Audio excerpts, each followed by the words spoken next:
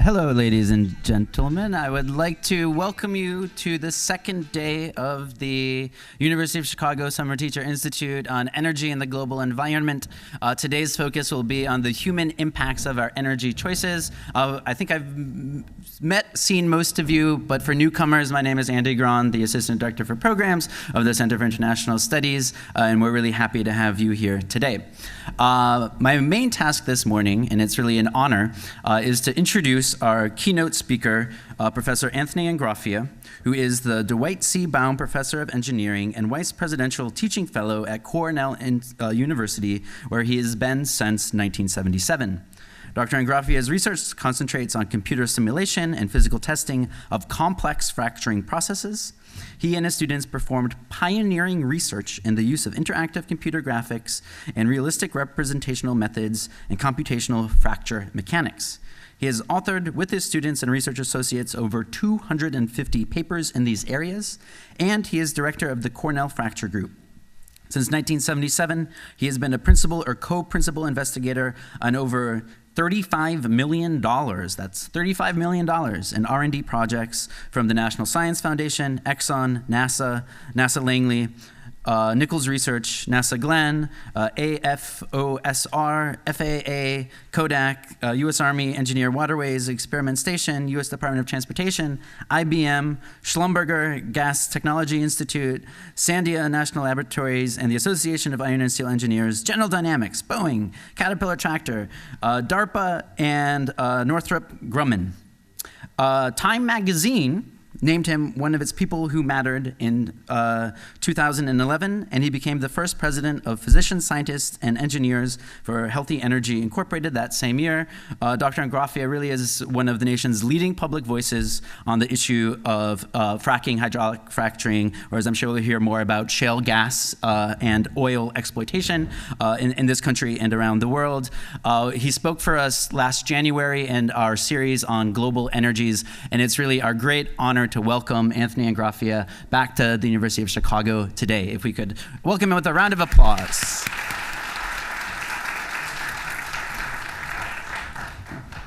Thank you, Andy. Good morning. That wasn't much. You said this is a Midwest audience. That sounded almost New Yorkish. Good morning. Okay, good. Yeah, it's a great honor to be here with you again here at the University of Chicago in such a lovely setting. Do you mind if I spend some time over by the window? This is great. Need to know something about you. You just heard way too much about me. So I understand that we have an array of teachers ranging from college level down to elementary school. And I understand that everybody here is from the Chicago area except for the guy with the Yukon sweatshirt. Oh, it's okay. It's okay. It's almost New York. And can I just have a sampling of the subject matters that you teach? I presume there are physical science teachers, liberal arts studies, art, history. What else? Earth sciences? Life sciences? Okay. English? Good. Next question. How many people in this room have never heard the word fracking? That's what I thought. How many people in this room would like to never again hear the word fracking? Okay, so here's a deal. Every time I use the word fracking today, throw something at me. It's not in my title, and I prefer not to use it for reasons I'll explain as we go on. Let me get rid of that item down in the lower right-hand corner here. And so our interaction today, which I hope is not going to be just a straightforward lecture, I hope I can encourage profitable interaction with you. Rules of the road, let's try to hold questions till the end, except if I say something that you think is wrong, or if I'm saying something and I'm not saying it well enough or explaining it well enough that I'm looking around, I'm seeing these kind of looks, like what's that mean? Then ask for clarification. So don't worry about thinking you're interrupting me. Just ask if you think it's necessary. But I want to talk mostly about the science of developing hydrocarbons, oil and natural gas. I hate that phrase, natural gas. It's methane.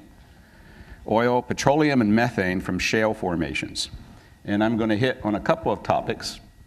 One is called leaky wells. What's a leaky well? Emissions of what, from where, and implications for policy. And I've left policy vague. It could be national policy, it could be state of Illinois policy, or it could be geopolitical policy. And the overall scheme of things is I'm going to touch on those 4 topics. Remember, we're talking about shale.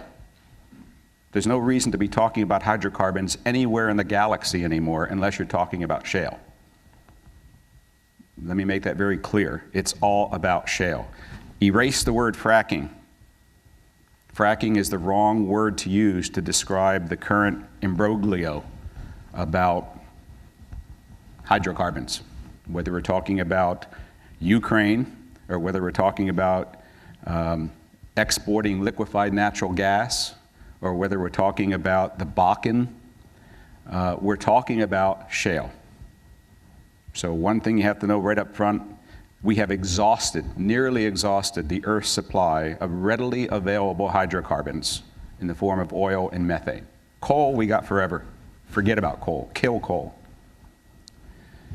But as far as oil and methane go, the easy stuff has been gotten.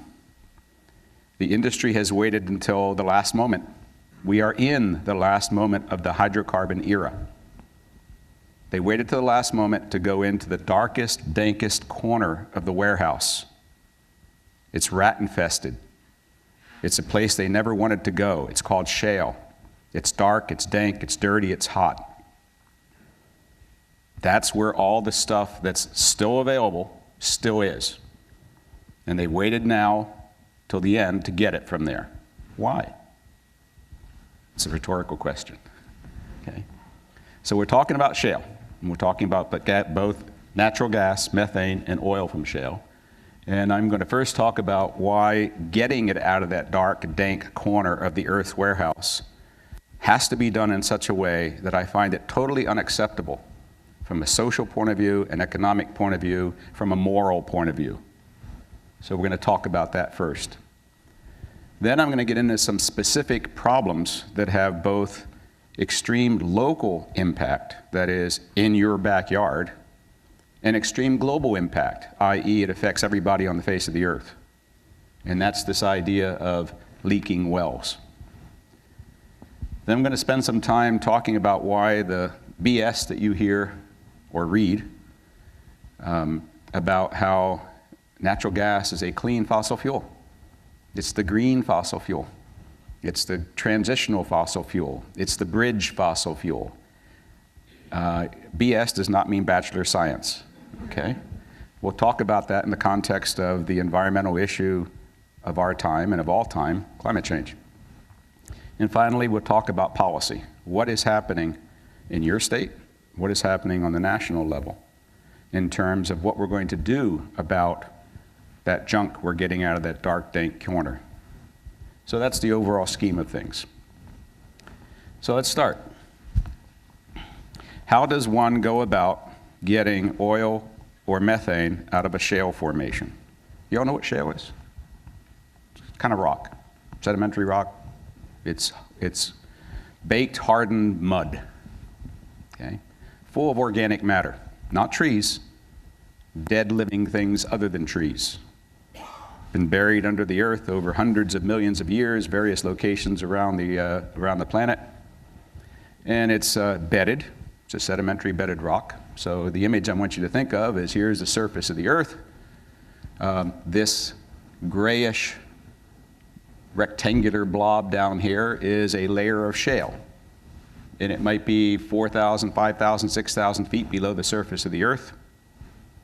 And it's typically maybe only 100 feet thick because it's a bedded sedimentary rock. Above it might be sandstone, limestone, mudstone, siltstone, other sedimentaries.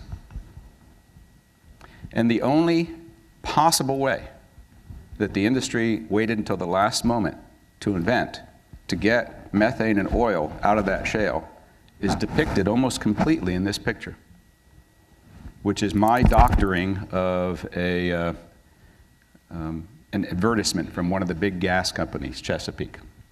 So without all the names and without the dimensions, this is the image they want you to remember about how they get methane and oil out of shale. They go to a place on the surface and they create what's called a pad. A pad is an area on the surface where the drilling takes place. I'll show you pictures of what they actually look like. This is a cartoon, so I'll show you actual pictures. And then from that pad, they will drill not one well, which is typically what happened in prehistory before shale. You drilled a well, one well, and you went down into other than shale and looked for oil or gas. And if you found oil or gas, you struck it rich. If you didn't find oil or gas, you got a dry hole. So the history of oil and gas on the planet is that 50% of all wells ever drilled in the search for oil or gas in other than shale were about 50-50. Half the time you got what you were looking for, half the time you didn't. You wasted money and got nothing out of it. Different for shale. 2 reasons. They're not going to drill one well from a pad, they're going to drill many wells from a pad. In this case, you're seeing 6 wells coming off of that pad. They start off being vertical and then they deviate. Ooh. And the oil and gas industry has sexual overtones on just about everything they do. You'll see them. These are deviated wells. They deviate from the vertical and they can make the wells now go in any direction they want. Miracle. And so they can drill down to the shale and then drill along, not through, not into, but along the shale. So here are 6 wells coming from that pad. You move about a mile in this direction, 6 more wells. Move about 2 miles in that direction, 6 more wells. A mile, 2 miles, 6 more wells. Okay. So there are 2 differences between this and traditional drilling. One is you got many wells from a pad. That has implications that we'll talk about when I show you what's happening on these pads and what drilling and fracking actually look like. Oh, I used the word fracking, throw something. Okay, and the second thing is there's oil and methane everywhere in the shale. It's not accumulated in a puddle. It's not accumulated in a pool. It's not accumulated in a cavern. This is not John Wayne drilling for oil with a big gusher coming up. You are virtually guaranteed, if you find shale that has anything in it, and not all shales do, then every well drilled into shale will produce. They won't all produce the same. They won't all be profitable, but every one will find gas or oil. Therefore, if this is the last dank, dark corner of the hydrocarbon reserve on the face of the earth, and you know that there's gas and oil everywhere in there, where do you drill your wells? Everywhere. Okay, so this is 2 square miles. And there's 24 wells there. Okay. Notice the dimensions. You might go down a mile or more to get to the shale. These laterals can be a mile or 2 long. So they drill down a mile and then they drill out 2 miles. And there's only about 500 feet between the wells. So the idea here is to drain, literally drain this entire block of shale of as much hydrocarbons as they can possibly get out of it. Now you'd say, well, that's amazing. Wow, it must have taken fantastic innovation and technology and engineering to make this happen. Absolutely true. And it was done here in the USA, in Texas. This was not happening 20 years ago. What I'm showing you here, that entire picture of that technology, which is multi-well clustered pads with deviated drilling with long laterals and massive hydraulic fracturing. I avoided using the word fracking, so don't throw anything. And that's 7 years old. So yes, fracking is 60 years old. I used it again. Hydraulic fracturing has been used in the industry for 60 years, and other than shale. But that technology that I'm pointing to right now is 7 years old. Well, if it's so good, why weren't they doing it before? That best effort of the human mind produces about 5% of the hydrocarbons in that block of shale. It's the most inefficient bludgeoning of a resource that I've ever seen in my entire career. And it's the single most important reason why I used to work with the oil and gas industry, but now I work against them. All engineers are artists. And the thing engineers like most is elegance. That's why we like to work with architects. That is an inelegant bludgeoning. Let me repeat. After all this effort, and every one of those wells is going to cost between $5 and $10 million of your capital. You know your 401ks? You know the money that you put in, and it goes to Wall Street and gets invested in your mutual funds? Where does that money actually go? You all know about capital movement around the country? So when Chesapeake wants to drill those 24 wells, and it's going to cost them over $100 million to drill the wells, where do they get the money? Do they have a big bank account and they just draw down on it? Hell no. They go to Wall Street and borrow it. Where does Wall Street get the money? Okay, so after all this, they borrow the money, they drill, they put those 24 wells in operation, and they get about 5% of the oil and gases down there. That's inelegant, that's inefficient. Can't they go back a second time and get more?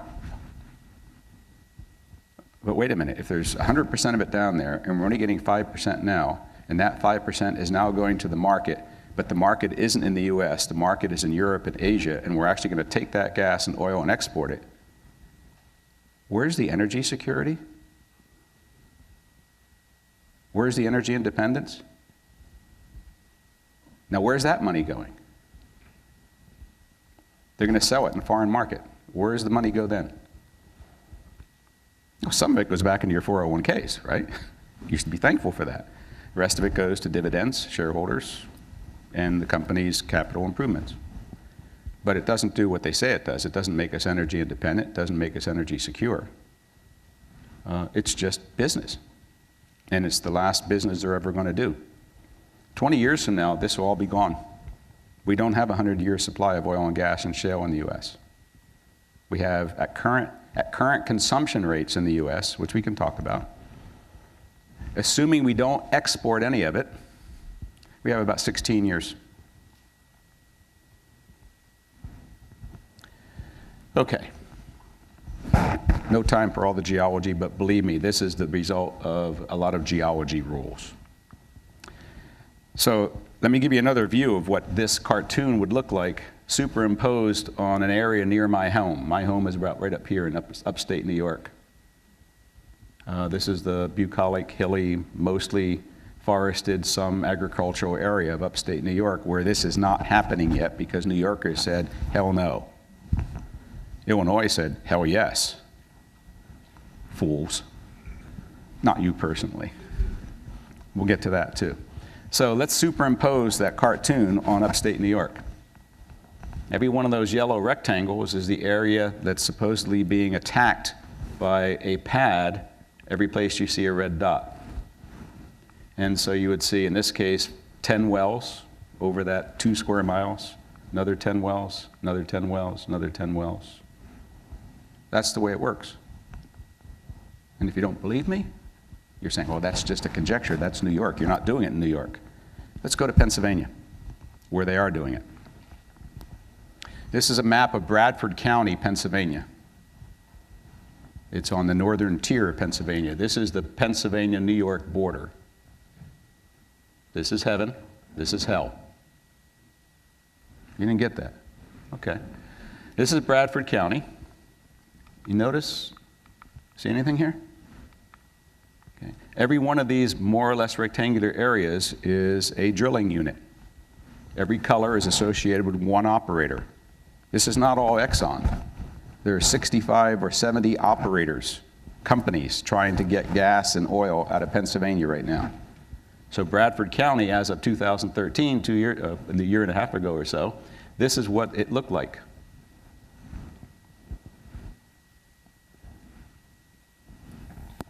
There's only about 300 wells there so far. Pennsylvania only has about 7,000 shale gas wells, shale oil wells so far. They've been doing this for about 7 years. They're averaging about 1,000 new wells a year. They got 100,000 wells to go. 100,000. So by the time they're done, virtually all of Bradford County will look like that. So what does it really look like? So far I've shown you pictures and images and maps. Let's look at some reality. This is a typical drilling pad. Remember, a pad is an area on the surface where the drilling occurs. This one has, so far, 5 wells. Those are well heads. I'll show you a close-up of what they actually look like. So this area has been cleared of trees, and there's no replanting of the trees required by any regulation in any state. You clear an area, the trees are gone. What are trees? They're carbon dioxide sequestering devices, burning our candle at both ends. We're killing off the sequestering device in order to increase the CO2 emissions. These are not fishing ponds. No, this is not aquaculture. To drill and frack those 5 wells requires, 30 million gallons of water. And what comes back after the drilling and fracking is 1/3 to 1/2 of that. What went down was clean water. What comes back up is flowback. Flowback is chemically laden with the chemicals that were forced down the well. We can talk about those if you'd like. And then when that water is down there fracturing the rock, it's absorbing everything that's been safely sequestered in shale formations for hundreds of millions of years. Salts, heavy metals, hydrocarbons, naturally occurring radioactive materials. That now comes up to the surface. So a company like Chesapeake or Exxon takes 30 million gallons of fresh water out of the water cycle, for those of you who are scientists, takes 30 million gallons of fresh water out of the Earth's hydrologic cycle, puts 500,000 gallons of nasty chemicals into it, injects it into each well, stimulates that well with hydraulic fracturing. 1/3 to 1/2 of it comes back. 2/3 to 1/2 of it stays down there outside the hydrologic cycle forever. We've taken water out of the U.S., out of the world's hydrologic cycle, and sequestered it. Think about that. Let's see, for the last, 3 billion years, the Earth of our own, Earth Mother, has figured out, on our own, without human intervention, how to take carbon dioxide out of the atmosphere and how to put water and oxygen into the atmosphere. And this process reverses it. So these ponds, they're called holding ponds, initially held fresh water. When they were drilling, some of that water was used to make drilling mud so they could drill the wells. And then when they went to hydraulically fracture the wells, they took, in this case, about 30 million gallons of water, mixed it with chemicals, forced it down, and then when it comes back, it's now stored. So this is flowback. You can't drink that anymore. That's hazardous material. And now we have to figure out what to do with it. Here's my favorite pad of all in southwestern Pennsylvania. This is not, the typical pad with one well was 2 acres. This is about 30 acres of tree removal. There's 8 wells on that pad. You can see the ponds that have been created, the roads that have been put in. You all know about what happens about forest fragmentation and invasive species, and about bird and animal life. Okay. Here's one that shows a little bit more of what I call the ancillary infrastructure. You don't just drill a well, get the gas, put it in a truck, and take it to market. There's more to it than that. So here's a pad that has 7 wells on it. Here was the impoundment pond that initially held fresh water and now holds wastewater. Okay. Here are the condensate tanks. As the wells continue to produce gas or oil, there are separators that separate the gas from salt water and from oil and from butane and propane and pentane and ethane and all the other stuff that comes up. And that's stored temporarily in those tanks, and periodically a truck comes and empties those tanks out. Notice the distance between all this stuff and private homes. There are no federal regulations. There are no federal level regulations regarding oil and gas production. All regulations are done by states. Last I heard, we had 50 states. Last I heard, we had 50 different sets of regulations. How many loopholes can you find in 50 different sets of regulations? So some states prohibit any oil or gas operations closer than 150 feet from a private home. I was supposed to hear, huh? Some states prohibit, by state regulation, oil and gas operations. That is, wells, impoundment dams, condensate tanks, compressor stations, process. You can't put those any closer than 150 feet from a private home. How far is 150 feet? Let's see. I'm guessing from here to that corner of the room is 35, 40 feet. Okay, so multiply that by roughly 3 or 4. And if this is your front door, that's where the well pad is. 3 or 4 times the distance between here and that corner. Some states say 250 feet. Some states say 300 feet.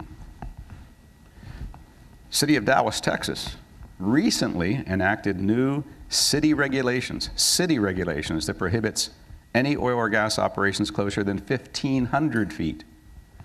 Now think about that. That's Dallas, Texas. If there's any place that they love oil and gas operations, it's Texas. But the Texans have figured out that this kind of oil and gas operation, 1,500 feet. This shows even more. Here are lots of well pads with wells. Here's your frac wastewater pit. And here you see 2 other things. This is called a compressor station. When the gas comes out of the well, it's under pressure. It's not pumped out of the well. It's down there at such great pressure that as soon as you poke a hole in the earth, if you stand back and watch, all that gas goes up with such pressure that it would go 5,000 feet in the air. But eventually that pressure dissipates. And so to connect a gas well to a pipeline, if the pipeline is operating at 1,000 pounds per square inch, which is typical for transmission gas pipelines, if your gas coming out of your well isn't at 1,000 pounds per square inch, the gas isn't going to go from the well to the pipeline, the gas is going to go from the pipeline to the well. So therefore you have to pressurize, you have to compress the gas coming out of the well to get it up to a high enough pressure that you can inject it into the pipeline. I will show you videos and you'll be able to see and hear what compressor stations sound like. Also, when you drill a well into shale, you're liable to get anything from methane, which is the simplest hydrocarbon. 1 carbon atom, 4 hydrogens, CH4. You can get anything from that to petroleum. That's the alkane chain. Methane, ethane, propane, butane, ethane, all the way up to benzene and then eventually gasoline. Petroleum. So what comes out of the well has to be separated into its units. You want to make plastic bags? Answer me, do you want to make more plastic bags? How do you make plastic bags? Well, not petroleum. Ethylene. Where does ethylene come from? Ethane. Where does ethane come from? Gas wells. Okay, so this is a processing unit. Okay, so the gas comes out of the wells. It comes in here. It gets separated into its components. Butane for big lighters. Propane for your charcoal grill. Ethane for your plastic bags. Methane goes to the compressor station, goes into a pipeline, goes to the market. So what you got to do is picture all that stuff spread over southern Illinois. Waste impoundments. So the stuff that was forced down to stimulate the shale to give up its hydrocarbons, a lot of it comes back up as what's called flowback wastewater. It's highly hazardous material. And it's trucked or piped to these impoundments. And it sits there until the industry figures out what to do with it. Now, in some states, they know what to do with it. They pump it back down in the earth in what are called waste injection wells. Those are the ones that are causing human seismicity right now. You heard about that? 4.0 in Youngstown, Ohio. 5.6 in Oklahoma. We don't have waste injection wells in Pennsylvania. Ohio has a lot of them. So it sits in Pennsylvania ponds like this until they figure out what to do with it. One of the things they do with it is they try to evaporate it. So every one of these little splotches you see here is a fountain. There's an electric pump that's pumping this stuff up into the air, 10 feet high, to try to evaporate it. What do you think that smells like? See these Mac mansions? They're all abandoned. You would too. This activity happens 24/7, 365. Costs between $10,000 and $20,000 per hour to operate a drill pad. During the drilling and fracking operations, $10,000 to $20,000 per hour. Therefore, you're going to operate, you're going to drill, you're going to frack, you're going to do everything you need to do 24/7, 365. Which means you're operating at night. And one of the things that happens after they drill and stimulate by hydraulic fracturing is they have to flare or vent. When the gas first starts coming up the well, it's accompanied by the fluid that you put down the well. So you have to separate those. So for a week or two, that separation process results in the gas not being able to go into a pipeline. It gets either vented directly into the atmosphere or it's burned. That's a flare. And those flares can burn for a week, 24/7, 365. They not only look bad, they smell bad, and they sound bad. I'll give you an example by video. So, videos, compressor stations. You know what a compressor station does now. A couple years ago, this is what a compressor station looked like when they only had a few hundred wells. Now the compressor stations are getting pretty big. Each one of these units has an 11,000 horsepower pump running 24/7, 365. Every one of these red dots is a compressor station in the US. Let me give you an idea of what compressor stations sound like.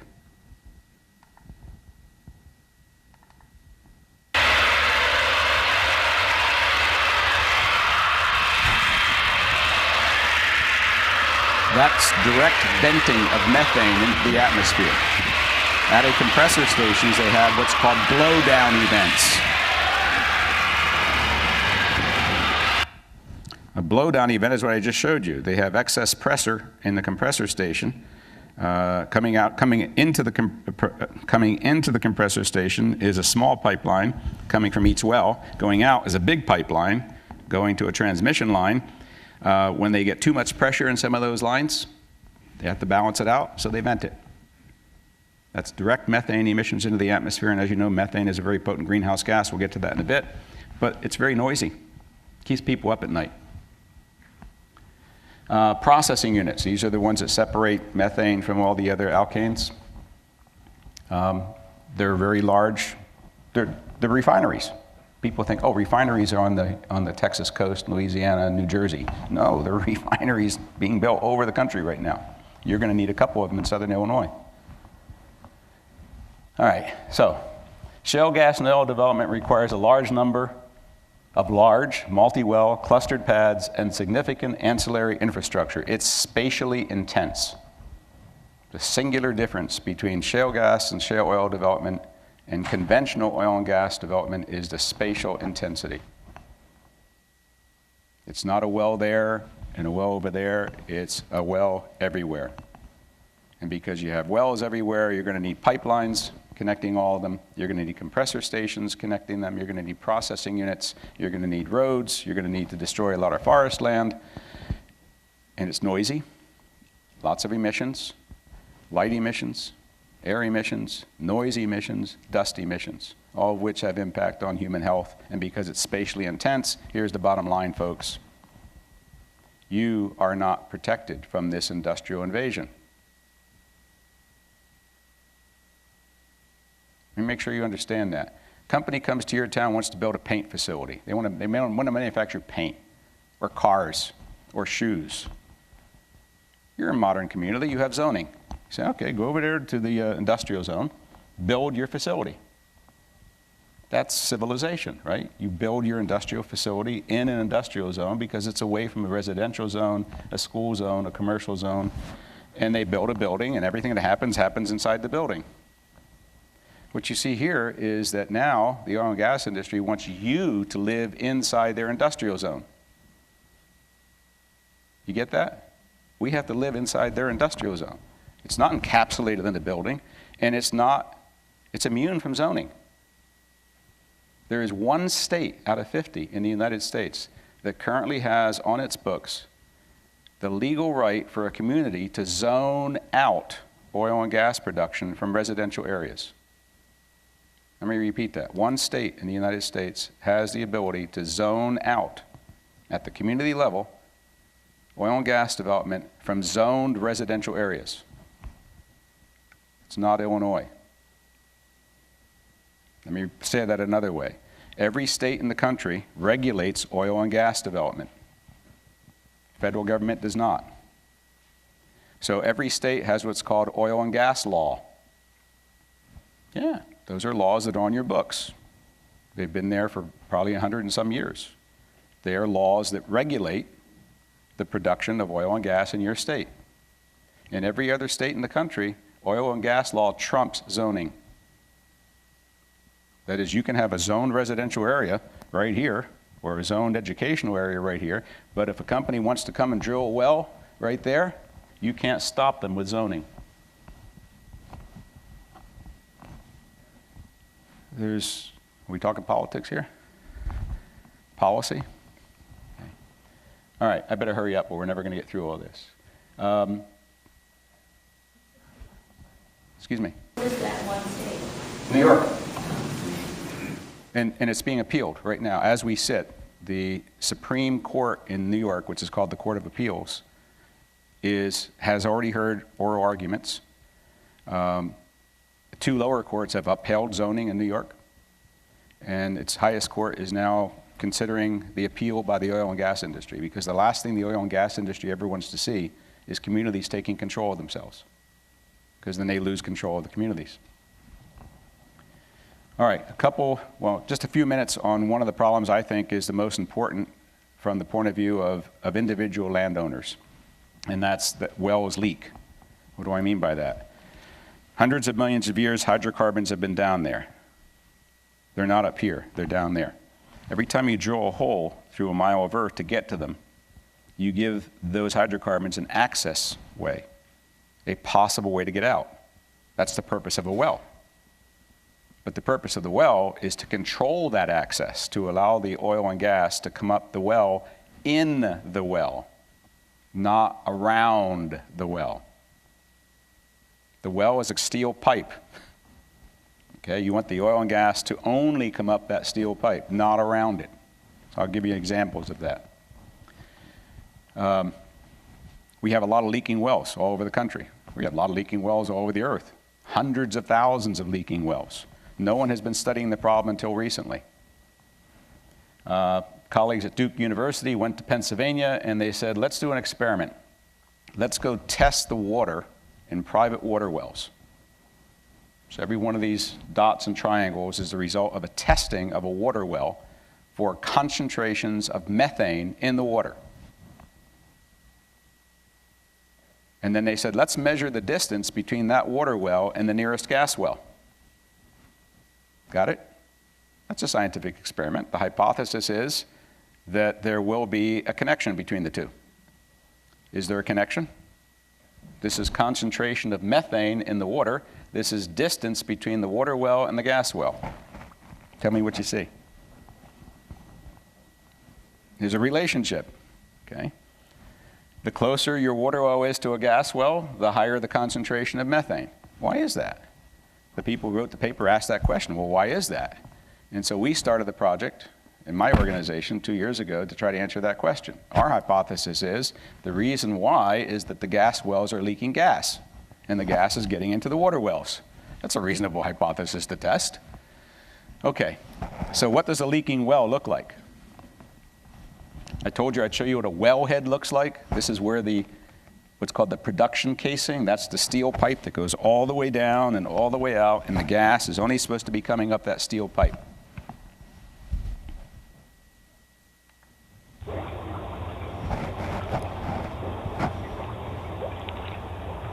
Tell me what you see. bubbles. What do you think those bubbles are? This is a gas well in northeastern Pennsylvania. What do you think those bubbles are? It's not carbon dioxide from a Coca-Cola. It's not your hot tub blowing air bubbles. That's methane. Is the methane coming up only the steel pipe, or is it coming up outside the steel pipe? It's coming up outside the steel pipe. What happened? Every time you drill a well, you have the potential for a leak. That steel pipe that goes down, we're going to test your fundamental intelligence here. I drill a hole, and the hole is 7 1/4 inches in diameter. What do you think the diameter of the steel pipe is? Is it 7 1/4 inches, more than 7 1/4 inches, or less than 7 1/4 inches? Less. It's 5 1/4 inches, which means you now have a 1-inch gap all around that steel pipe.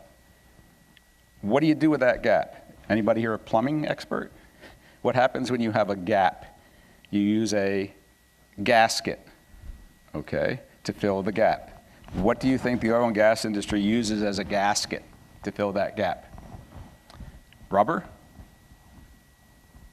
Some soft, expandable, forever-lasting gasketing material? They used hardened cement paste. Cement, not concrete. You don't know what hardened cement paste is? You go to your hardware store, you buy a sack of cement, that white powder stuff, you mix it with water. After a while, what happens to it? It hardens. What else does it do? It shrinks. Then what does it do? It cracks. Okay, so for 100 years, the industry has been using hardened cement paste to gasket. Okay, I'm trying to move along a little faster here. How often do wells leak? Often. How do we know that? Because the industry doesn't want them to leak. Because when they leak, two things happen. What they leak, they can't take to market. And when they leak, they cause environmental problems. Like they contaminate people's water wells and they put methane into the atmosphere. So they don't want their wells to leak. So they study this problem and they work on the problem all the time. Here's data. This is age of wells. This is the percentage of wells that are leaking. This is Gulf of Mexico. Remember Macondo? So this is Gulf of Mexico wells. Brand new wells, about 5% of them leak immediately. By the time they're in late age, 30 years old, over half of them are leaking. Canadian wells, onshore. Don't worry about these are just other names for leaking. This is gas migration. This is sustained casing vent flow. There are certain areas of Alberta, those are the pink areas, where they have modern deviated wells. 65% of the wells are leaking. Skip that one, skip that one. The data is out there, and the industry knows the data. Regulators ignore the data. Legislators don't want to hear the data. You want the data, and you want somebody to do something about the data. The legislators and regulators go out and fix all the wells that are leaking and make the industry pay for it, not you. That's a good policy. So we decided, because we got great criticism, I get great criticism. Anytime I say anything negative about the oil and gas industry, I'm the messenger, I get shot. And I'm told that my science is absurd. And so I showed this data many, many times. And everybody says it has absolutely nothing to do with modern technology, because these are all wells that were drilled 4 or 5 years ago. Very few of them are shale gas wells. Modern technology has solved this problem. Our wells don't leak anymore. You've seen the commercials on TV, right? 4 layers of steel and 4 layers of cement. Our wells can't leak. So we decided to do a scientific investigation. Look in Pennsylvania. There's a lot of wells being drilled in Pennsylvania right now, modern shale gas wells and shale oil wells. And so we looked at 75,000 inspection records for 41,000 wells in Pennsylvania over a 13-year period. We looked at all the wells, not just the Marcellus shale gas wells, but every oil and gas well drilled in Pennsylvania for 13 years. And we looked at the inspection records. And here's what we found. Here are all the violations that the Pennsylvania Department of Environmental Protection found. Let's see, 101 cases of failure to report defective, insufficient, or improperly cemented casing within 24 hours. In other words, 101 times companies knew their wells were leaking. By regulation, they're required to report those leaks. They didn't, which means those leaks could have been happening for months or years because inspections don't occur every day. Okay. 81 times excessive casing seat pressure, 76 times improper casing to protect fresh groundwater, 69 times sustained casing pressure, 20 times annular gas. We run all the numbers and we make graphs and plots. So this is all in a paper that's going to appear on June 30th in the Proceedings of the National Academy of Sciences. So you're seeing hot stuff. Next week it appears. So we said, well, are there any differences between conventional wells, those are non-shale gas wells, and shale gas wells? So we say, well, over a period of time and weeks, anywhere from 1 year to 2 years, 3 years, 4 years, what we find is that the probability that shale gas wells are going to leak is significantly higher than the probability that conventional wells are going to leak. Well, that's strange because the shale gas wells are the new wells. Why would the new wells be leaking at a higher rate than the older wells? I thought the industry had solved all the problems. And look at the rates, that's 13% over the first 4 years. And then we said, are there any spatial differences? Are the wells drilled in northeastern Pennsylvania different than the wells drilled every place else? Because most of the wells have been drilled in northeastern Pennsylvania and they're notorious for leaking. And we find that if we were willing to wait, that's right, 7 years, 8 years, if we look back 8 years and say after 8 years, what percentage of the wells drilled in northeastern Pennsylvania are going to be leaking? 53% of them, et cetera, et cetera. Point is that Pennsylvania is absolutely typical of previous data. There's been no improvement. All the data I showed you showed the same thing. As wells age, the rate of leakage goes up. New wells leak at the rate of about 5%. Pennsylvania, it's worse. It's more like 7% of brand new wells leak. Pennsylvania is absolutely typical. The industry is not improving. It can't. They're doing the best they can with cement. They just have the wrong product, and they know it. So ask me the question, why are they still using cement? Why don't they use some high-tech, nano-fabricated bio something or other that's really good gasketing material, that's really cheap? They can get it down the hole for 3 miles. Remember, it's a sheath, 3 miles long and 1 inch thick, and get it to last forever. Costs too much. Cheapest thing to do is throw cement down the hole.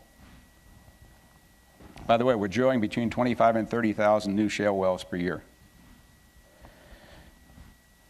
That's the nice part of the story. The unnice part of the story is that we have 2.5 million oil and gas wells already drilled in North America. We don't know where 1/3 of them are. We don't know where 1/3 of those wells are. There were no records kept. So if you don't know where those wells are, you could hardly know whether they're leaking. So no one knows how many wells are leaking, and nobody knows at what rate they're leaking, and nobody knows what's leaking out of them. So that's new science. A lot of new things are beginning to come to the fore that we should have asked questions about before we established all the above policy. Excuse me, President Obama.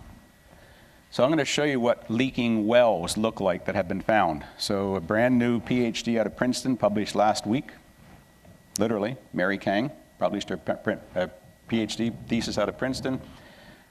She went to a private property in north central Pennsylvania where the owner said, we think we have a lot of abandoned wells on our property. We keep finding them. We've owned our 50 acres for 4 or 5 years, and every time we go out, we kick something, and we find stuff rolling down, and it stinks like all hell. And so she went on the property, and after a few days, she found 69 abandoned wells. There are more. The Pennsylvania Department of Environmental Protection had no records of any of those wells. From a bureaucratic point of view, they don't exist. From a physical point of view, they're there. I'm going to show you pictures and video of what a couple of them look like. So you're walking across your property, there's the old wellhead. There's another one, that's the old wellhead. This one's leaking oil, obviously. This one's leaking God only knows what. This one's bubbling and rolling over, and So Mary sent me some videos. So these are hot off the press. I've never shown these to anybody. You're first.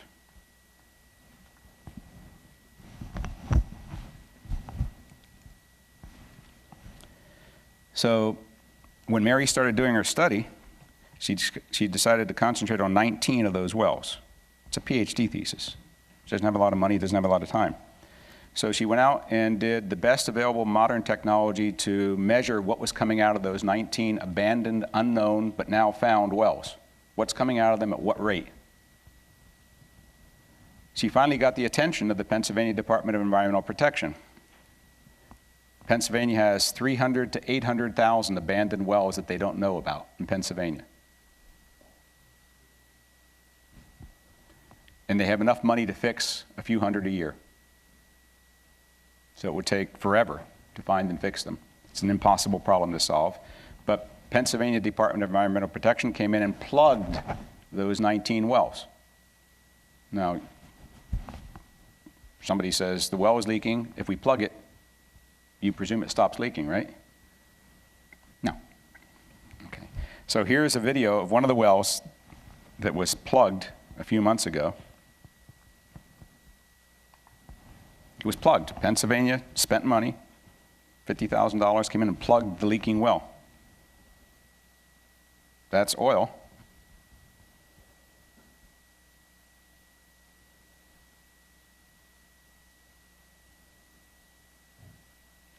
And now we'll zoom in on the wellhead. Gee, methane bubbles. Plugging a well does not stop it leaking if it's leaking outside the plug. Plugging a well means pouring cement down the casing. Remember the production tube? You pour cement down there. You're assuming that the oil and gas is coming up the well. No, it's coming up outside the well, so plugging doesn't fix it. There, now you've been the first to see something that was hot off the Princeton presses.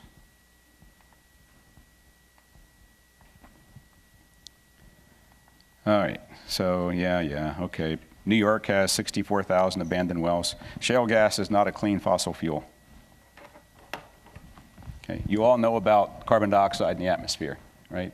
This is the measurement out in Hawaii by NOAA of methane concentration in the atmosphere. It's increasing every year, 2 parts per million. This year it went over 400 parts per million. That's much higher than pre-industrial revolution time. And everybody assumes that that's the greenhouse gas that's causing climate change. It is, but it's not the only greenhouse gas that's causing climate change. That's less well known and less well appreciated. All right, so here's methane concentration in the atmosphere over the last 20-some years. Pre-industrial revolution, it was about 800 parts per million. So since the Industrial Revolution, it's more than doubled. And you'll notice that over the last roughly 10 years, it's increasing significantly. The problem with oil and gas development is that it not only produces hydrocarbons that get burned and produce carbon dioxide, but it also produces methane that doesn't get burned and goes into the atmosphere as a greenhouse gas. So shale gas production creates 3 major climate problems. It produces CO2 when it's burned, so anybody that says that methane, natural gas, is a clean fossil fuel is a fool. Because if you're talking clean from a climate change point of view, no fossil fuel is clean. Because all burning of all fossil fuels produces carbon dioxide. The second major problem is that methane, which is the second most important greenhouse gas, is purposefully leaked or purposely vented. Doesn't get burned. And here are all the places, some of which I've already showed you, some of which I'll show you in a minute, where the methane leaks. And during the processing, remember the processing units? During processing, when they're separating all those components, all those alkanes, the waste products are burned. And when they're burned, they produce soot, black carbon. BC is soot. BC is black carbon, which is soot. The diesel stuff that gets unburned from the trucks and buses. Okay. So now we have 3 key questions that were never asked until 2011, which is yesterday. And my wife says I have a huge ego.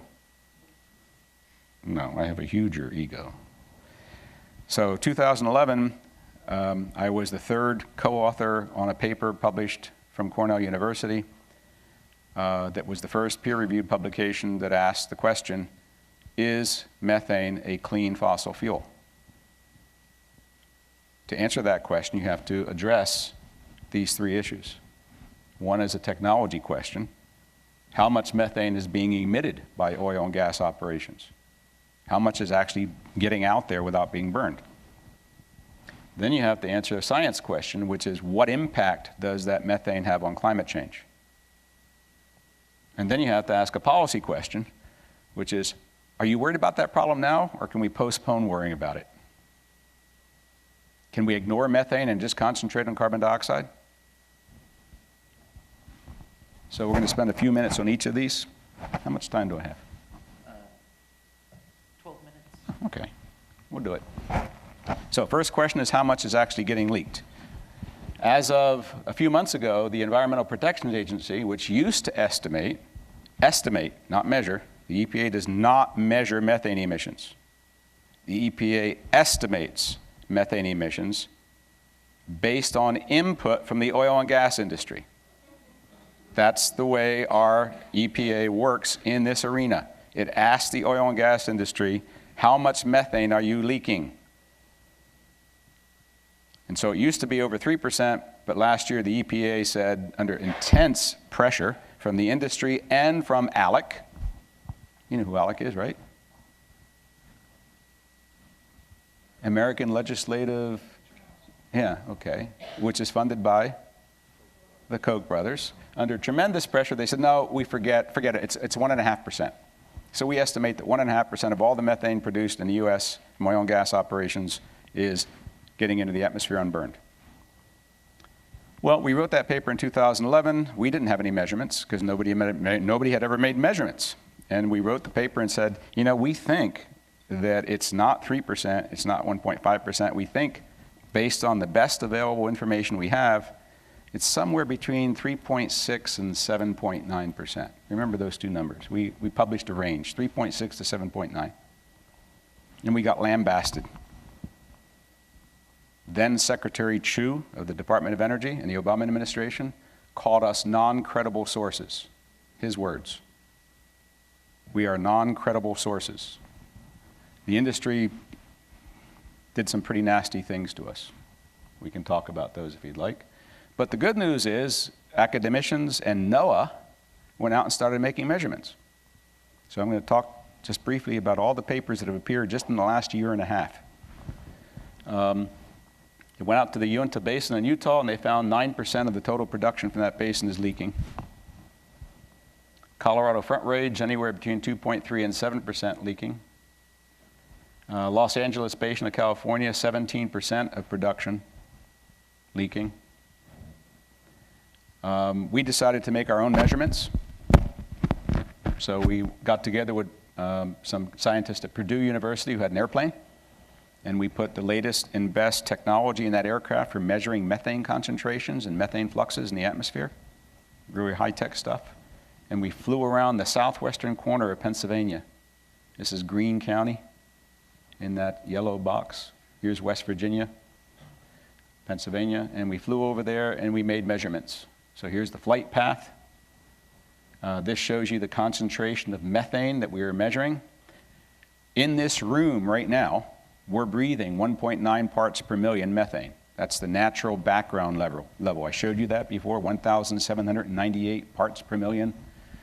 2 years ago, it's now 1.9 parts per million. There is always methane in the atmosphere. So the normal background level was here. So we were measuring over twice that in some places. So we went back and looked and figured out why are we getting a lot of methane here and why are we getting a lot of methane here. And it turned out that we were flying over this drill site. It's not a frac site, it's a drill site. They're drilling. See this?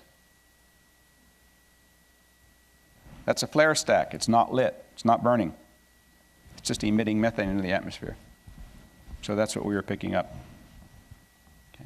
And so using those kind of numbers, we estimated that between 4% and 12% of all the methane being produced in Greene County in Pennsylvania on those days was getting into the atmosphere.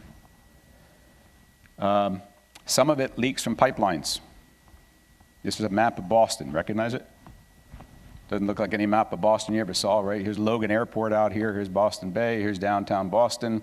So our colleagues, Nathan Phillips at Boston University, Bob Jackson at Duke, took the same kind of equipment we had on our airplane, put it in a truck, drove all the streets of Boston, every single linear foot of every street in Boston, constantly measuring methane concentration in the atmosphere. Remember, natural background is 1.9. They measured places where it was 15 times higher. That's leakage from pipelines, distribution pipelines, like the ones running under these streets, which are, I'm guessing the ones under these streets are 50 to 70 years old. They're cast iron. Bell and spigot, jointed, cast iron pipes with jute, hemp gaskets. That was the state of the art. Okay. They leak. What city do you think this is? Same people, Jackson and Phillips. There are places in Washington, D.C.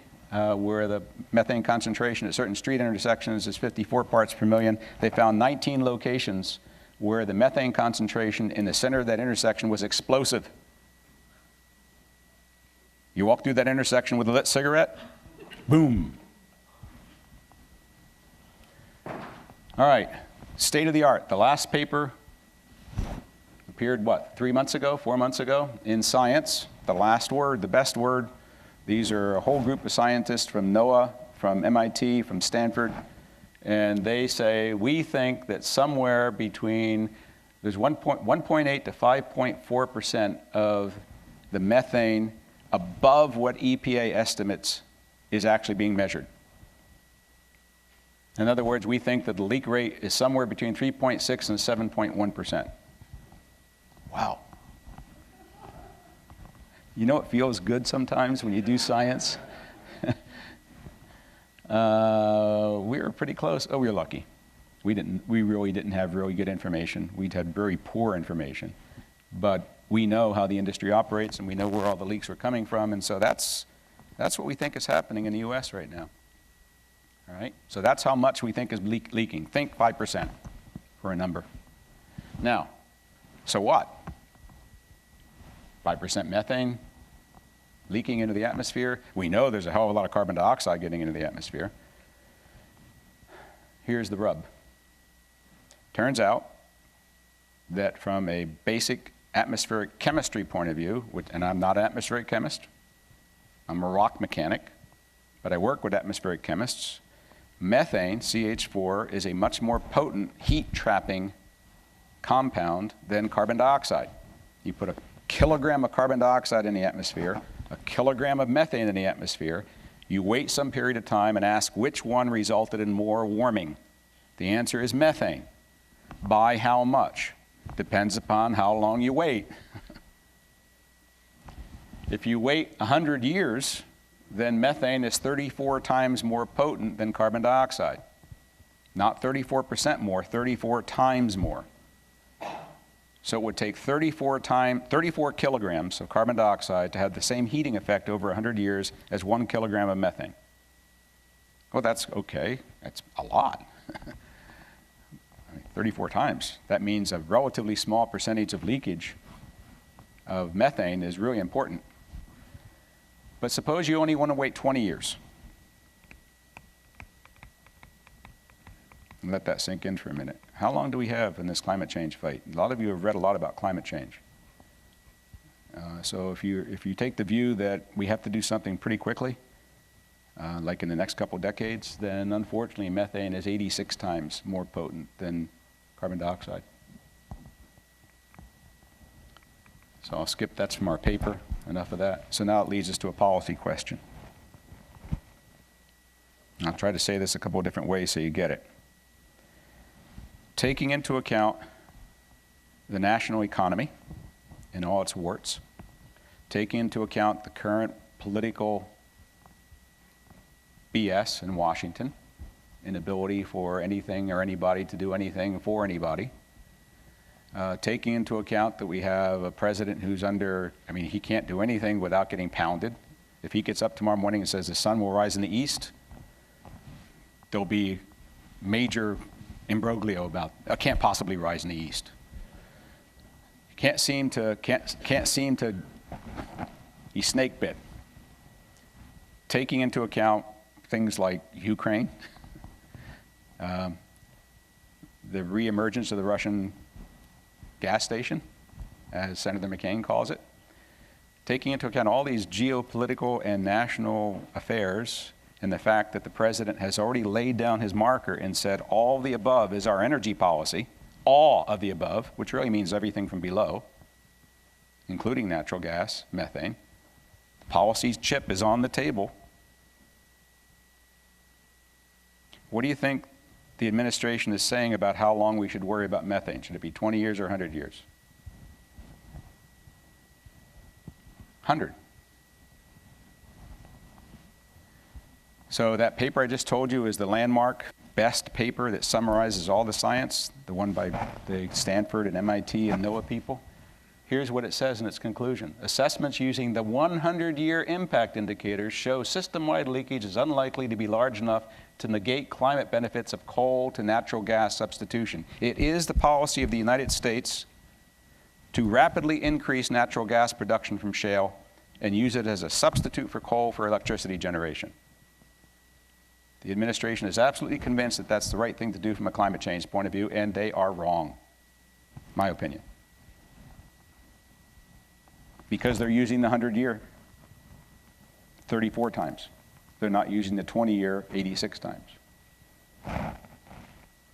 And then to make matters worse, they say something stupid like this. Fortunately for gas companies, there are a few leaks in the gas system which probably account for much of the problem, and they can be repaired.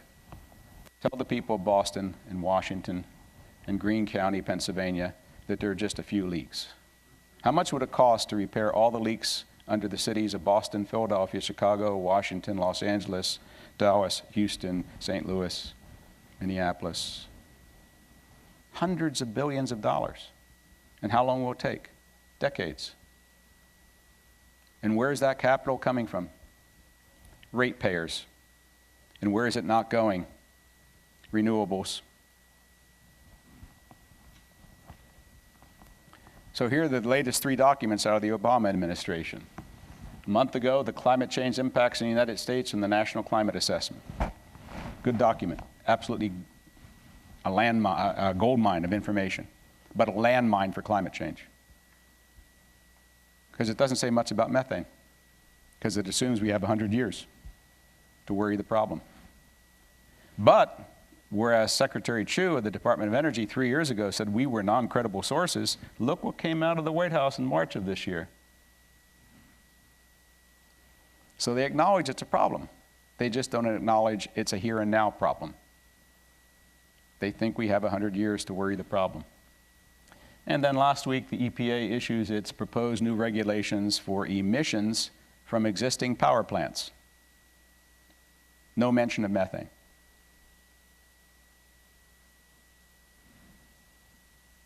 The president was interviewed by Tom Friedman of the New York Times 2 weeks ago. Did you read his interview?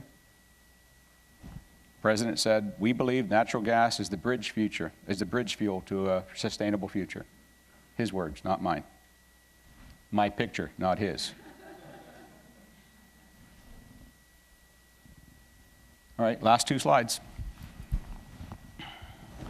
Best available climate science. Year, global warming.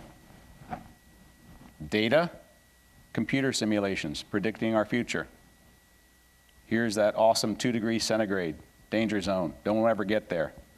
Tipping points, feedback mechanisms, melting polar ice cap, melting Greenland ice cap, melting South Antarctic ice cap, rising and warming and acidifying oceans, permafrost melting in the northern climates. All those things are already happening, but they happen at an increasing rate as we increase warming. This is data. Here's where we were in 2010. Here's where we are in 2014. This is business as usual. We get to the red zone, not 100 years from now, but in 2042, most likely. These are computer simulations. They're not facts. Right? So there's a range of possible error. We could get there by 2075, or we might get there in 2038. That's 2 decades from now, with business as usual. If we only reduce carbon dioxide, not much change, because carbon dioxide is not a sensitive greenhouse gas. The climate does not respond quickly to changes in carbon dioxide in the atmosphere. It is the least powerful greenhouse gas in heat trapping. It's 1/84th the power of methane over a 20-year period. If you reduce methane, you get this curve. Just methane and soot. Okay, so you gain another 3 decades before you get into the red zone. But the point here is that the climate is extremely sensitive to changes in methane concentrations. So if you want to spend $1 today and have some effect tomorrow, don't spend it on carbon dioxide. Spend it on methane. Obviously, the right thing to do is to reduce all greenhouse gases. And the computer models say if we do that, then we stand a reasonably good chance by 2070 that we don't get to the 2 degrees. Our kids and grandkids have a good shot at not having a terrible time, just a very bad time. So the dangerous tipping points are not 100 years into the future. Last slide. Here is the Obama administration, Department of Energy, Energy Information Administration review and forecast of energy uses, energy sources in the United States. Let me explain what you see here. From 1980 to 2040, the Energy Information Agency of the DOE of the Obama administration has determined that over this period of time, so this is looking backward, this is history, this is where we got our energy. This is in quadrillion BTUs. So in 2011, 26% of all the energy consumed in the US came from natural gas. 8% came from renewables, 8% from nuclear, negligible amount from biofuels, 20% from coal, and 36% from oil. That's where we were 3 years ago. This is the latest available compilation of data. The EIA forecasts that in the year 2040, we will be here. What do you see? Business as usual. Our energy administration, our DOE, is forecasting that we will increase renewable energy in the US by 3% between now and 2040. Now I want to make sure you understand something. Here's 2040. If this is true, if what we're forecasting is true, then this is where we will be in 2040. I can't accept that. I will accept that. So, enough. I'm sure I've said enough right now to stimulate some good discussion. We could talk forever about renewables, maybe next year. I've got a lot to say about renewables, but anyway, thank you very much for paying attention, and I'd like to hear your questions.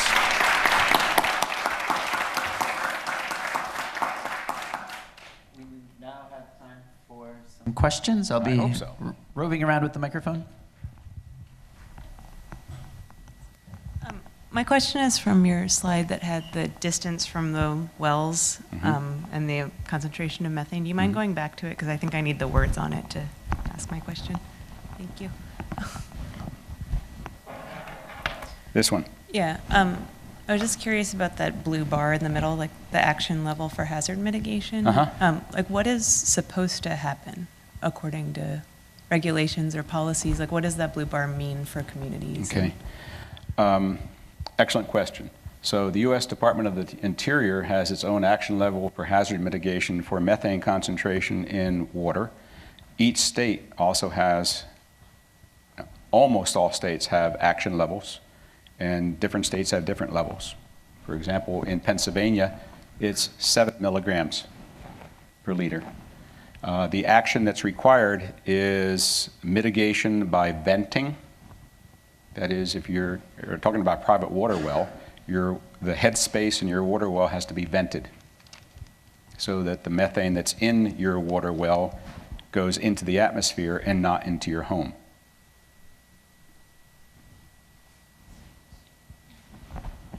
If that is insufficient to mitigate the problem, then you keep your windows open in your house.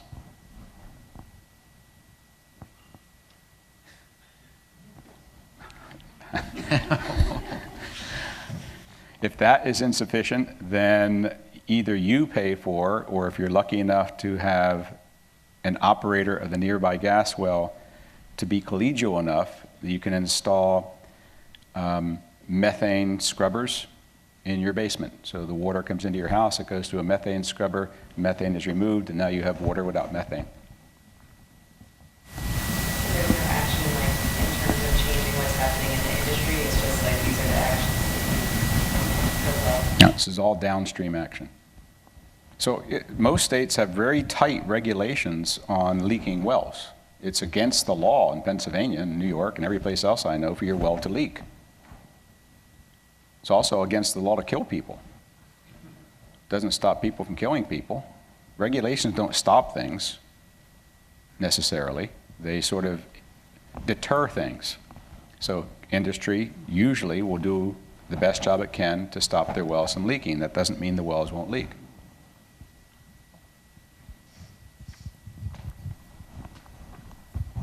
Hi, a question occurred to me. With all those abandoned wells, could they be collapsed with dynamite and done with, or would that not do it either? Wow, good question. So general question is, what would you do if we could find all the abandoned wells?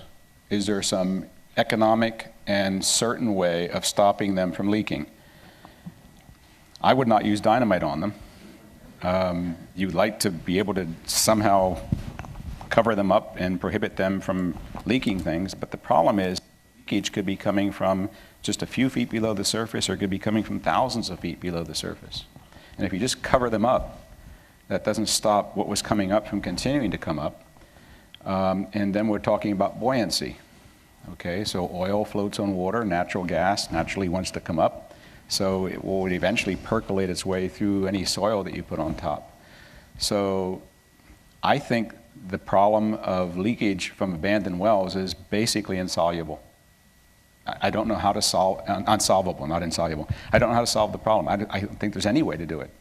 First of all, there's not enough money in the universe to go all over just North America. There are 4.5 million oil and gas wells in the earth that we know about. Were drilled, and we don't know where half of those are.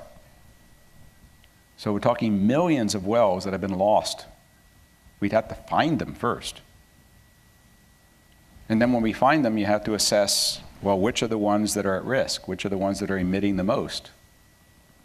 And then you have to figure out what you can do to mitigate. In some cases, you can't do anything. They're going to leak forever. That one that they plugged in Pennsylvania will leak forever. There's nothing more they can do. They plugged it. Done. Can't solve the problem. We're stuck with it. It's like coal mine problems in Pennsylvania, Kentucky, in southern Illinois. It's vestigial. It's what's left over from the industrial use of coal and mining of coal. You will have coal acid mine acid drainage forever. So the thing I'm pissed about with the oil and gas industry, pardon my French, is that they're just going to do the same thing with this. There's nothing in the history of any extractive industry. I don't care whether it's gold mining, uranium mining, oil or gas. There is absolutely nothing in the history of those industries that gives me any confidence that this time around they're going to do it right. It is not in the corporate fiduciary interest to do it right. It is only in the corporate moral interest to do it right. And I'm sorry, we don't have any Starbucks in the oil and gas industry. I know that's hyperbole, but that's how I feel. I have two questions. You had one graph that showed the amount of leakage, and it looked at the wells in the Northeast versus the wells not in the Northeast. And if I read it correctly, the wells in the not in the Northeast had very low leakage. Correct. You read it correctly. Why is that? We don't know. We did not expect that. Geological? So The paper's coming out, like I said, on the 30th, and the review comments that we got included, well, why don't you explain these observations? This is statistically significant observation. It's unexpected. Why is that? And our response was, wait till our next paper. You only get a certain amount of words in PNAS, okay? So let me try to answer your question. We have a project, a follow-on project, that's actually funded by the Natural Resources Defense Council. NRDC has given us $12,000 to try to answer that question. That's one of the major questions that come out of our study. Why this big difference between northeastern Pennsylvania and the rest of the state? So we're working on a bunch of hypotheses. One, geological differences. We do know, I am a rock mechanic, I do understand geology. Northeastern Pennsylvania Marcellus is bent, folded, mutilated. It's extremely faulted. The Marcellus dips to the south from New York to Pennsylvania, and the New York-Pennsylvania line is about 5,000 feet deep. It goes down to about 6,000 feet deep and then comes all the way back up to the surface before going down again. In those counties where we see this problem. Another problem, the most intense activity occurred in northeastern Pennsylvania. Maybe you've all heard of the famous Dimmick set of wells made famous by Gasland. One company, Cabot, went into a 9 square mile area, drilled 63 wells from 21 pads in 1 year. And those were the same guys that a year earlier were drilling in Texas. Most of them had never seen snow. Many of them had never driven on a back road in hilly country. Many of them had never worked in temperatures below 70 degrees Fahrenheit. And they were in a big rush. So another hypothesis is that the few companies that were operating in that region early on made a lot of mistakes because they had improperly trained personnel and the wrong equipment. Another hypothesis, inspections. Right? Our data is based on inspection data. What if there are biases in the inspection process? What if the wells in northeastern Pennsylvania are being inspected more frequently by better inspectors than the wells in the other part of the state? So these are 3 of the factors that we're investigating. And we don't know whether we're going to be able to draw any meaningful conclusions, but we can add to information. Good question. Second question, you mentioned Gasland. There's also the Frackland was one of them, but the popular press movies, how good are they? How honest are they? Okay. In the interest of transparency, Josh Fox is a good friend of mine. We've traveled together, we've appeared together. I am in Gasland too. Okay, I spent a lot of time with him. So Gasland 1 is technically flawed. It has some technical flaws in it. Some of the things that Josh says and some of the images are incorrect technically. To my best knowledge, there are no technical flaws in Gasland 2 because I refused to appear in Gasland 2 unless I had the opportunity to vet it. I was one of a number of technical peer reviewers for Gasland 2. So to the best of my knowledge, everything that's technical in Gasland 2 is as accurate scientifically, technologically as can possibly be. Step back a minute. So what's the purpose of Gasland 1 and Gasland 2? Are they scientific exposés? No, they're art forms. They're documentaries made by an artist. What is the primary purpose of art? To engage us in the human condition. Did they do that? Damn sure, damn right they did. Who else was doing it? Nobody. Do they serve an important function similar to great books at the turn of the 19th and 20th centuries where people wrote, let's see, there was this problem in Chicago with meat packing. Get my point? Yeah. Okay. Frackland, or whatever it's called, is absolute nonsense technically. It is full of purposeful, in my opinion, purposefully produced technical nonsense. I'll give you an example. How many people have seen that one? Okay, so there's a scene in Frackland, or whatever it's called, where they're trying to counter my arguments about leaking gas wells. So they go to a site and they create, on the surface, what would be under the surface. 4 layers of steel casing, each of which has cement between them. Okay, so what you have to visualize is a 3-foot diameter steel pipe sticking about 5 feet above the ground, and inside of that is a 2-foot diameter steel pipe, and then a 16-inch diameter steel pipe, and then a 7-inch diameter steel pipe, and then a 5-inch diameter steel pipe, and they poured cement in between all of them. And then the guy takes a stick of dynamite, drops it down the middle pipe, and it goes boom. And they say, see, the steel didn't fail, and the cement didn't fail, so therefore wells don't fail. Anybody here a physicist? Do you know what happens when you set off an explosive? You get a lot of gas under very high pressure. So the steel pipe that they put the stick of dynamite in was opened at the surface. So just,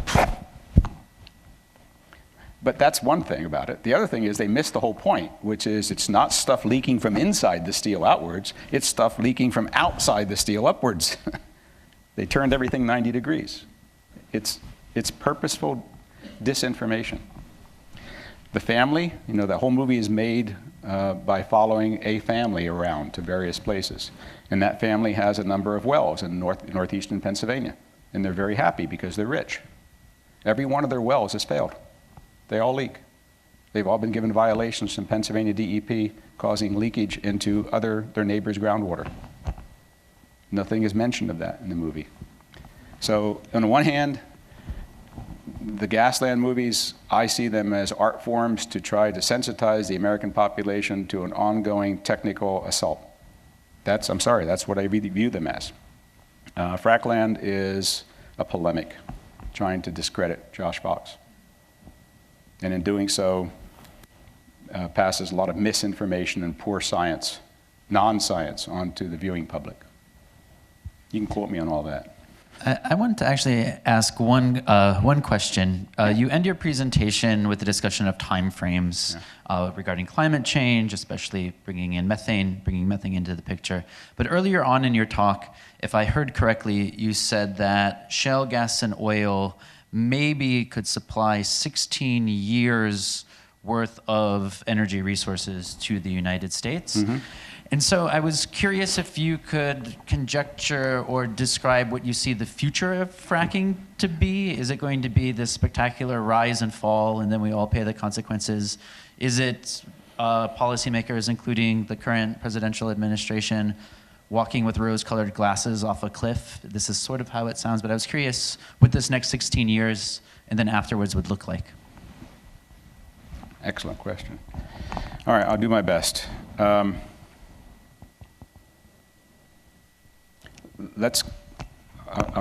attack that from 2 points of view. Let's take this idea of energy independence first.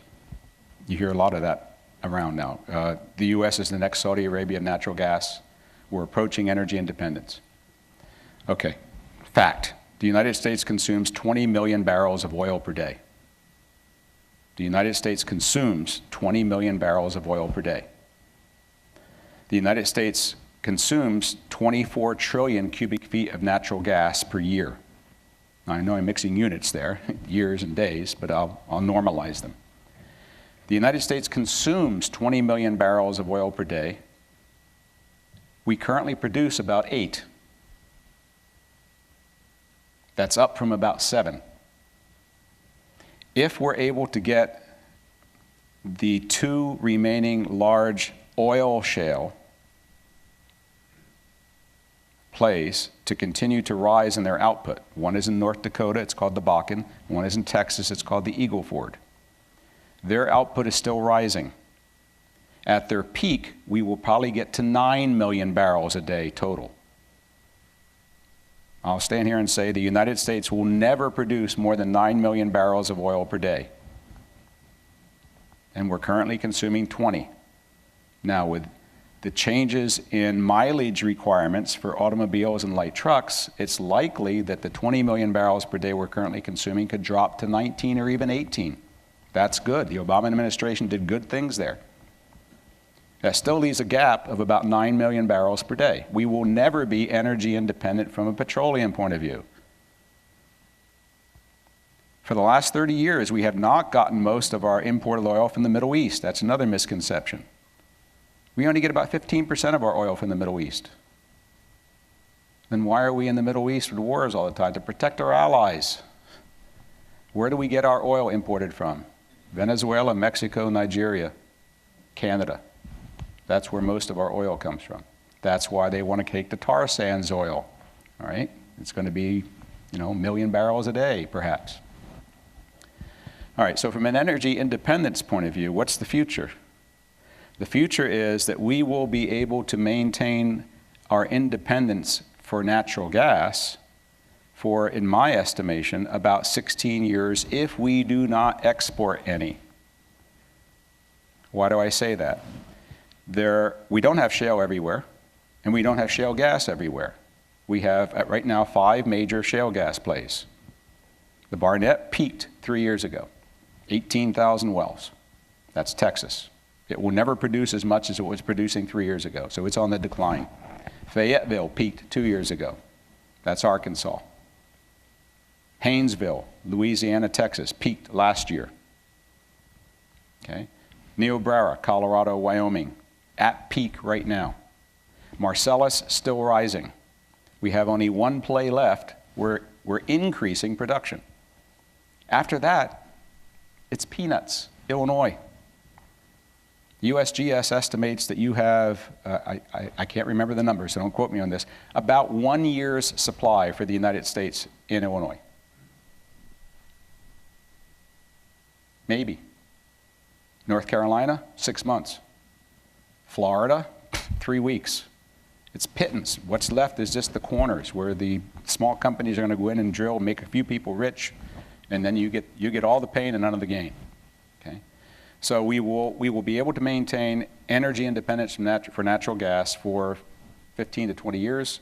If we want to go back to coal, we're energy independent forever. We got enough coal to last the United States 500 years. But we don't want to go there. So, okay, so now let's bring in the other dimension, climate change. If we keep increasing our production of oil and we keep increasing our production of natural gas, we can't simultaneously be decreasing our production of oil and natural gas, which is what we're supposed to be doing. I'm sorry, those are just mutually conflicting ideas. You can't push as hard as you can for energy independence, which is what the Obama administration wants us to do, and at the same time do what the Obama administration wants us to do, which is to decrease our use of fossil fuels. They can't have it both ways. So then what am I saying? Obama is betting on 2 things. In my opinion, you asked the question.